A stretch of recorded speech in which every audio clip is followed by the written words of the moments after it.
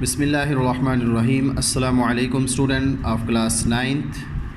I am the teacher of IIOI Schools, Deska campus. How are you, students?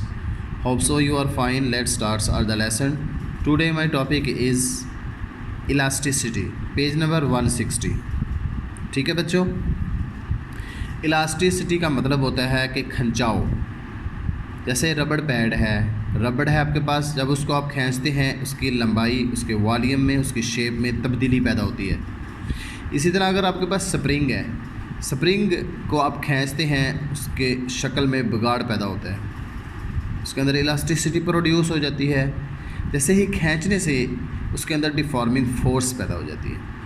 एक ऐसी force जो deforming force कहलाती है, store हो जाती है।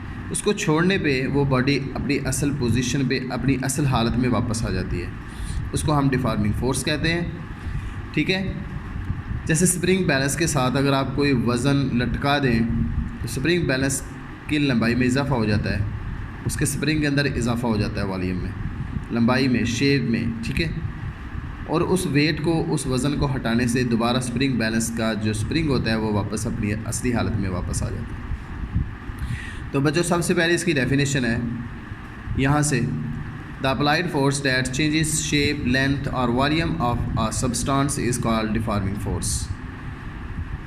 किसी बॉडी के ऊपर फोर्स अप्लाई करने से उसकी लेंथ, वॉल्यूम या शेप में चेंज आ जाए तो उसको हम डिफॉर्मिंग फोर्स कहते हैं।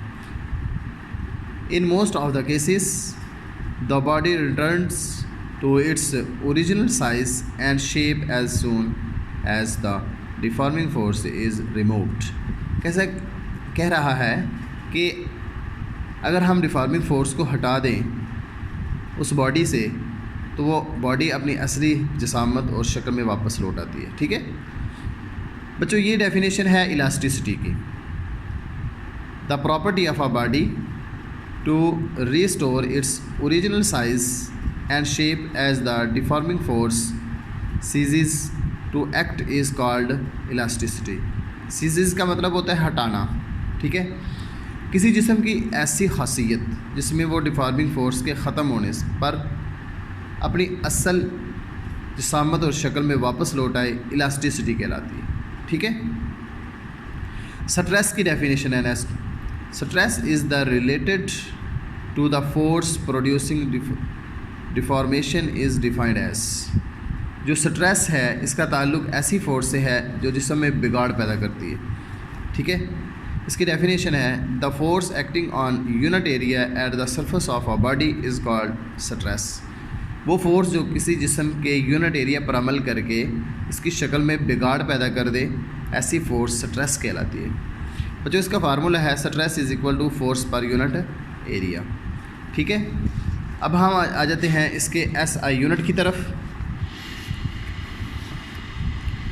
बच्चों, इसका SI यूनिट है, इन SI unit the stress is Newton पर स्क्वायर मीटर, NM-2 न्यूटन पर स्क्वायर मीटर। आगे नेक्स्ट डेफिनेशन है स्ट्रेन। बच्चों, स्ट्रेन की वजह से किसी जिस्म की लंबाई, वॉल्यूम या शक्ल में तब्दीली हो सकती है स्ट्रेस की वजह से। ठीक है, स्ट्रेस की वजह से जिस्म की असल लंबाई, वॉल्यूम या शक्ल में तब्दीली के मुवाज़ने को स्ट्रेन कहते हैं। इसकी डेफिनेशन ये है, when stress acts on a body it may changes its length, volume और शेप।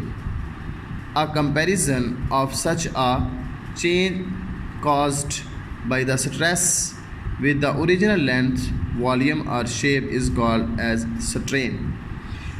इसमें डेफिनेशन में कहा जा रहा है कि स्ट्रेस की वजह से जिस्म की असल लंबाई, वॉल्यूम या शेप में तब्दीली के मुवाज़ने को क्या कहते हैं? स्ट्रेन कहते हैं। मतलब मुवाज़ना क्या है? असल लंबाई उसकी कुछ और है, जब उसको आप खींचते हैं उसकी लंबाई में इजाफा हो जाता है, उसकी शेप में इजाफा हो जाता है, उसके वॉल्यूम में इजाफा हो जाता है, बिगाड़ पैदा हो जाता है, उसको स्ट्रेन कहते हैं। ठीक है, स्ट्रेस के लगाने से स्ट्रेन प्रोड्यूस होती है। जब हम उन दोनों का मुवाज़ना करें तो हम उसकी रेशियो फाइंड ऐसे कर सकते हैं। आगे डेफिनेशन है टेंसाइल स्ट्रेन। अगर स्ट्रेन की किसी जिस्म की लंबाई में तब्दीली पैदा करे तो ऐसी स्ट्रेन को टेंसाइल स्ट्रेन कहते हैं। ठीक है, if stress produces a changes in the length of an object then the strain is called the tensile strain।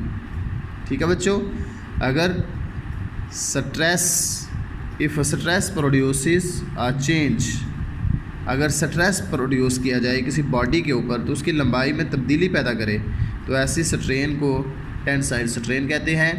बच्चों इसका फार्मूला है tensile strain is equal to change in length over original length. Tensile strain ये होती है, मैं आपको दोबारा इसके बारे में ज़रा डिटेल से बता देता हूँ। Change in length over original length, कि हमारे पास जो ओरिजिनल लेंथ है फ़र्ज़ करो वो 5 सेंटीमीटर है एक स्प्रिंग की या एक रबड़ पैड की। जब हम उसको खींचते हैं तो उसकी लंबाई में इजाफा हो जाता है, उसकी लंबाई हो जाती है 10 centimetre.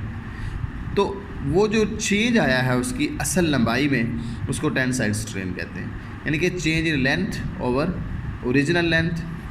Strain has no units as it's simply a ratio between two similar quantities।